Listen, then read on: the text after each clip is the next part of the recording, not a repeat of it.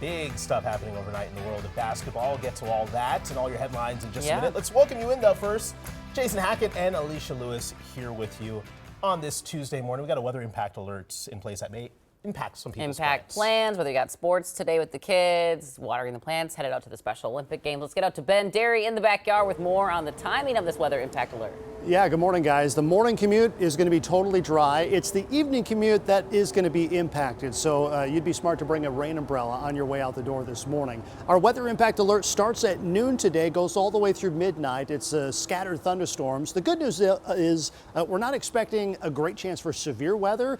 Heavy rain is the primary threat, and hail is going to be a secondary threat with some storms, mainly across western Minnesota. Right now, those storms are just about to cross into far western Minnesota, and again, a mostly dry start to the day around the Twin Cities. Kind of a mixture of clouds and sunshine this morning, with the clouds thickening up as we head deeper into the day. And here's a look at the next 12 hours. Temperatures rising into the mid-70s before we see that rain cool there. Best chance for thunder, I'd say between 3 o'clock and 6 o'clock this evening, with a couple of lingering storms near and after dark. That's today's weather, and we could see additional storms mainly north of the Twin Cities Wednesday as well. We'll have a closer look coming up, but first let's get a look at the roads with Cece.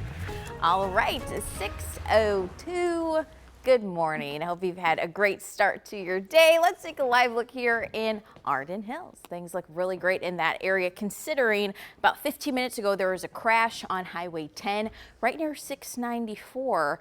Looks like things have cleared up, so no longer needing to detour on 35W, which is the good news this morning. North suburbs are quiet. 694, 494 loops quiet. Anything south of 494 is quiet. But I do want to talk about 494 because there is a closure that's going to happen there. 494 eastbound will shut down. I'll tell you the workarounds just after 6:15. Cece, thank you. Developing this morning, a federal judge shut down an effort from the Justice Department to try and investigate several local Democratic leaders. The DOJ had subpoenaed offices of Governor Walz, the Twin Cities mayors, and Attorney General Keith Ellison, along with Hennepin and Ramsey County commissioners. Lou Ragoose has those details.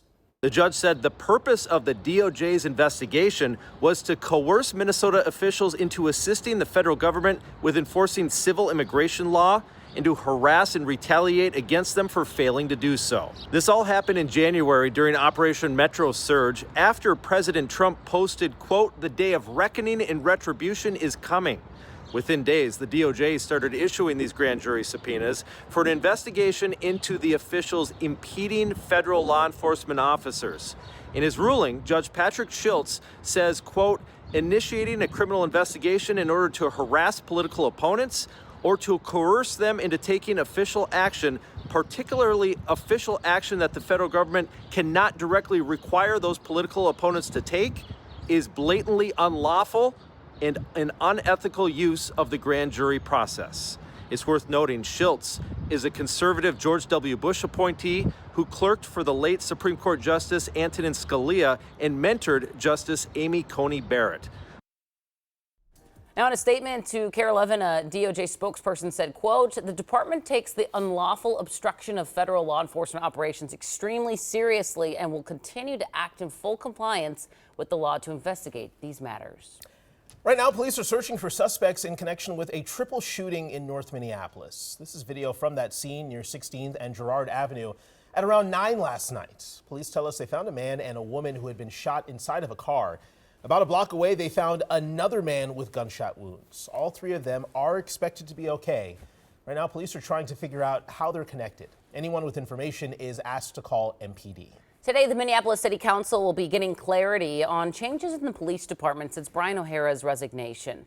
They'll be presented with the department's next steps in naming a new police chief. They say they'll also be provided clarity on several concerns raised by the public, including maintaining stability in the department and a closer look at the operations of Internal Affairs Division, investigating complaints there. That meeting will start at 1:30.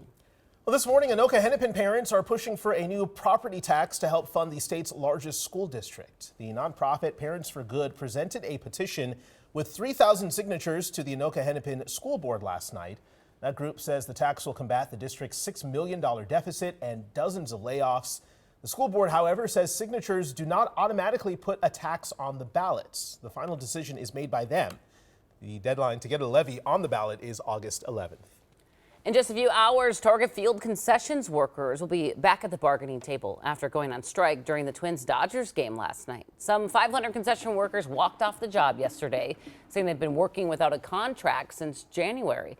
The union is calling for higher wages, health insurance, and job protections. The workers are employed by concessions company Delaware North. The company is requesting a federal mediator for today's bargaining session. All right, time now 6:06. We are live from New York City, where in just a few hours the 2026 NBA draft will begin, and already some huge moves are happening across the league. We're going to start with the blockbuster trade overnight. The Milwaukee Bucks trading franchise superstar Giannis Antetokounmpo to Miami. The Heat will also reportedly receive forward Bobby Portis. In exchange, the Bucks get 4 players and 3 first-round picks. Pat Riley down there in Miami was watching the Knicks win the championship, and he was like, absolutely not. I got to do something.